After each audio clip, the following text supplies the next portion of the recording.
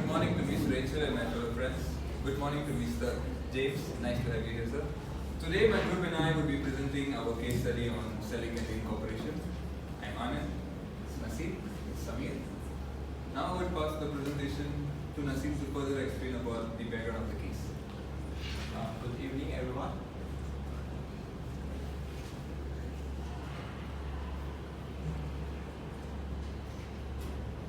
To begin with,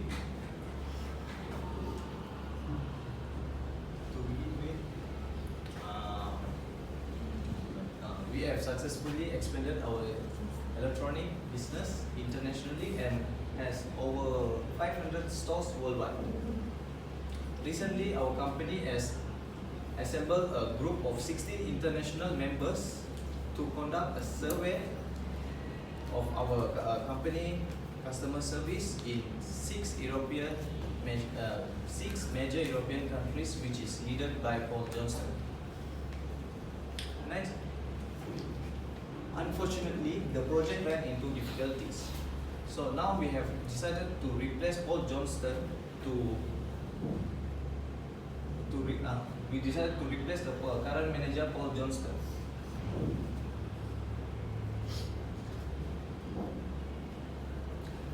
Now while talking about situation analysis of SNL company, the team missed the deadline, which means Paul Johnston and his team members did not utilize their time well.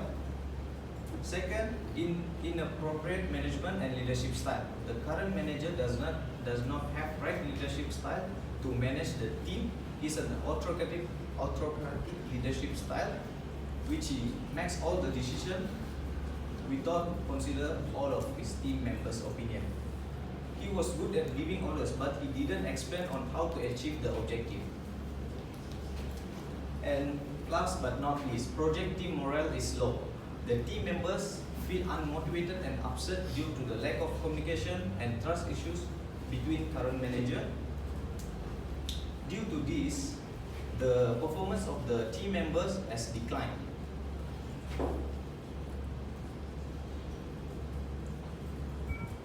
According to the staff, the root cause of the problem is the managing style of Paul Johnston. There are several flaws of his managing style.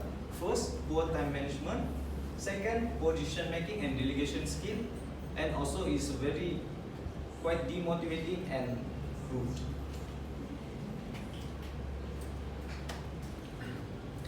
So for the solution of the problem, the solution to solve the problem is to replace our current manager Paul Johnston with someone who possesses all of these criteria. First, he or she should have good time management, be motivating, good communication skill, which means he or she able to communicate with multinational staff, and set clear goals and instruction on how to achieve it, and good listener and democratic leadership style. Now I'll pass the presentation to Anand. Thank you.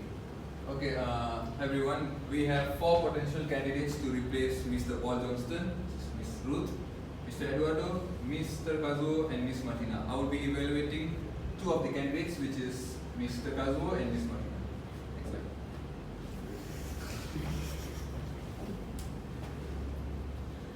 Okay, so this is Ms. Martina. Ms. Martina, what? Okay, so Ms. Martina describes herself as trustworthy, responsible, ambitious, but also demanding. Now let's look at the strength of Ms. Martina. Okay, the strength of Ms. Martina is she is an organized person and she knows how to delegate her work, which means she will be able to divide the work to her subordinates and reduce the workload for each members. Secondly, she makes the best decision in shortest period of time, which means she has good time management skills, which means she will be able to get the job done in shorter period of time, and probably they will have extra time to focus on other tasks as well. And thirdly, she provides bonus system.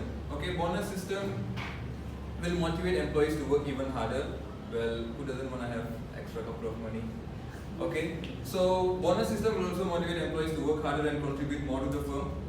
However, not everything is great about Martina. She has weaknesses as well. She is tough and she has autocratic leadership style.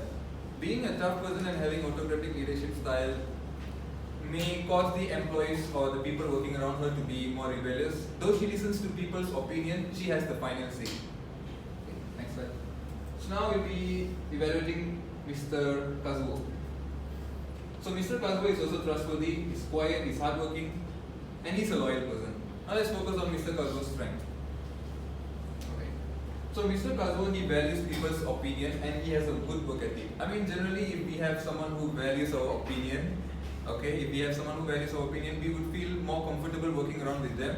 We would feel more satisfied. And not only that, he has a good work ethic, which means he would ensure good conduct with the members. Secondly, he is willing to learn how to manage multicultural group of people. And third, he is a determined and focused person. Determination and focus is an important criteria of a manager to persist during hard times, and without having the right focus, your ability to think would be messed up. So next, your weaknesses. Mr. Kazuo's weaknesses. He is not a good motivator.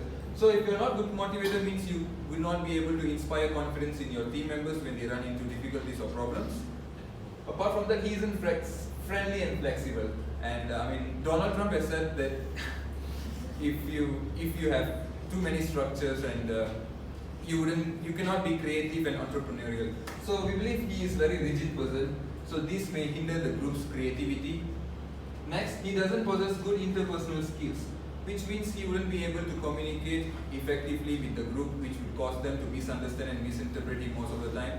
Apart from that, he wouldn't be able to develop and foster good relationship with the group members.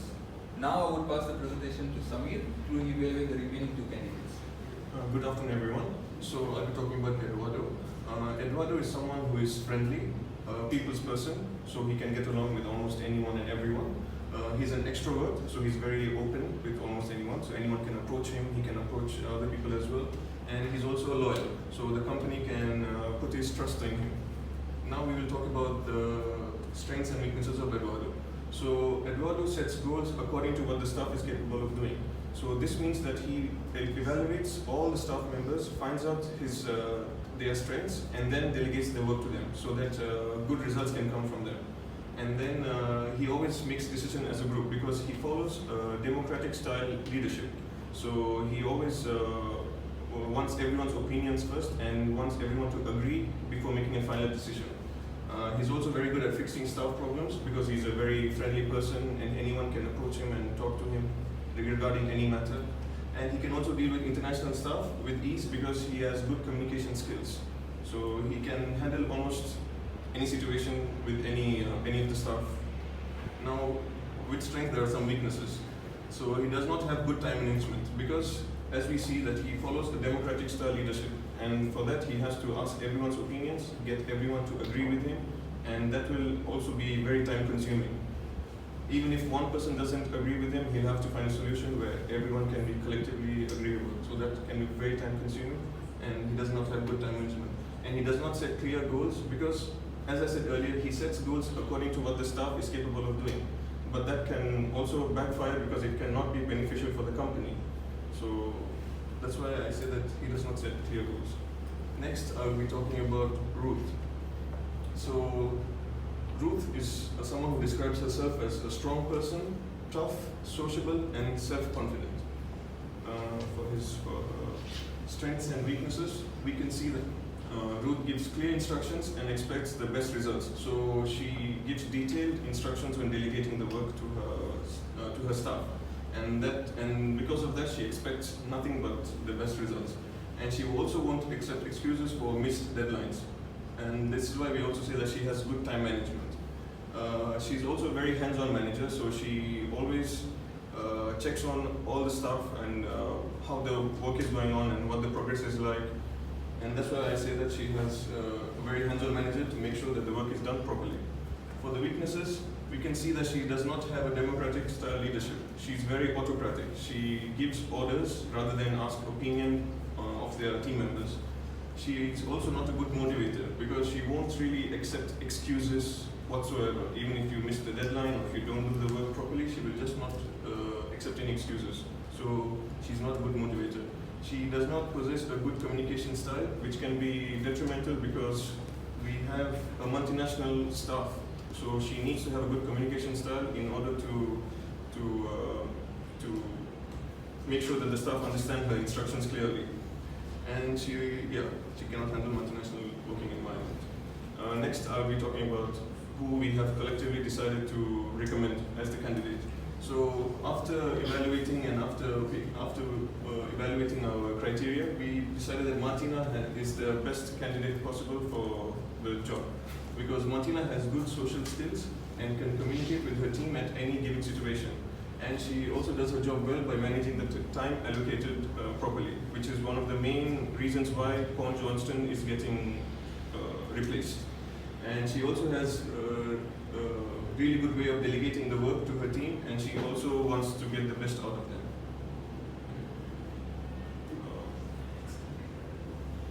Questions? Any questions?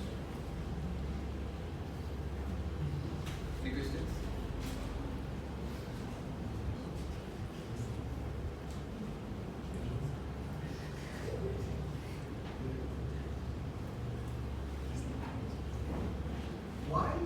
Why would you, if you were to choose, I see that you choose Martina. What makes her really stand out amongst the four?